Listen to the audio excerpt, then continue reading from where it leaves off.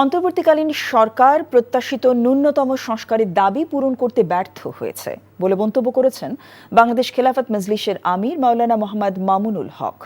সংস্কারের ক্ষেত্রে বিএনপির পক্ষ থেকে সরকারকে সবচেয়ে বেশি অসহযোগিতা করা হয়েছে বলেও অভিযোগ তার। সকালে রাজধানী ইঞ্জিনিয়ার্স ইনস্টিটিউশন মিলনায়তনে দলের জাতীয় শ্রমিক কনভেনশনে এসব কথা বলেন মামুনুল হক। উচ্চকক্ষে পিআর পদ্ধতিতে নির্বাচন চায় খেলাফত মজলিস। আসন্ন জাতীয় নির্বাচনে খেলাফত মজলিস ৩০০ আসনে প্রতিদ্বন্দ্বিতা করবে জানিয়ে মামুনুল হক বলেন, নিরপেক্ষ পরিবেশ নিশ্চিত না হলে জনগণ ভোট প্রদান করবে না।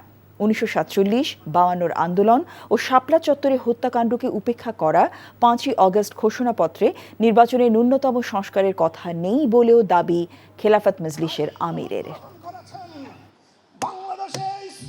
নির্বাচনের লেভেল প্লেইং ফিল্ড তৈরি করে এদেশের গণমানুষের আস্থার নির্বাচন উপহার দেওয়া ছাড়া আপনার মুক্তির কোনো উপায় নাই।